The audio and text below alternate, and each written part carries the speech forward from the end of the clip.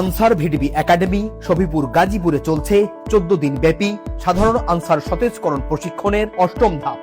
সময়ের পরিবর্তনের সঙ্গে সঙ্গে আধুনিক চ্যালেঞ্জ মোকাবেলায় বাহিনীর সক্ষমতা বৃদ্ধি ছিল দীর্ঘদিনের দাবি।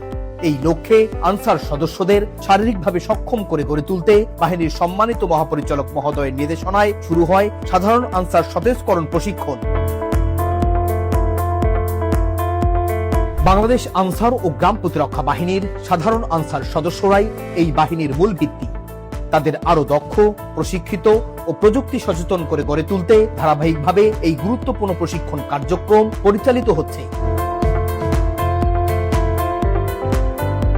1 এপ্রিল 2026 থেকে শুরু হওয়া এই প্রশিক্ষণের অংশ হিসেবে 7 এপ্রিল অনুষ্ঠিত হয় রান টেস্ট ও মিড টার্ম লিখিত পরীক্ষা।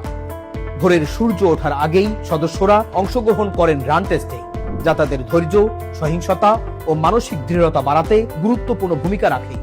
এই শারীরিক সক্ষমতাই ভবিষ্যতে দায়িত্ব পালনের সময় নিরাপত্তা নিশ্চিত করতে সহায়ক হবে। রান টেস্টের প্রতিটি পদক্ষেপ সদস্যদের আগামী চ্যালেঞ্জ মোকাবেলায় আরো দৃঢ় করে তোলে। পাশাপাশি মিড টার্ম লিখিত পরীক্ষার মাধ্যমে সদস্যরা অস্ত্র চালনা, ড্রিল, রণকৌশল সহ বিভিন্ন বিষয়ে তাদের অর্জিত জ্ঞান ও দক্ষতার প্রতিফলন ঘটান। সতেজকরণ প্রশিক্ষণ শুধু দক্ষতা বৃদ্ধি নয়, বরং বাহিনীকে আরো সুসংগঠিত ও কার্যকর রাখতে গুরুত্বপূর্ণ ভূমিকা পালন করছে।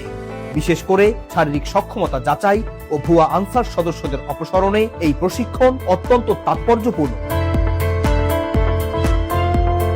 দক্ষতা, শৃঙ্খলা ও দেশপ্রেমে বলীয়ান সাধারণ আনসার সদস্যরাই নিরাপদ বাংলাদেশের অগ্রযাত্রার শক্ত ভিত্তি।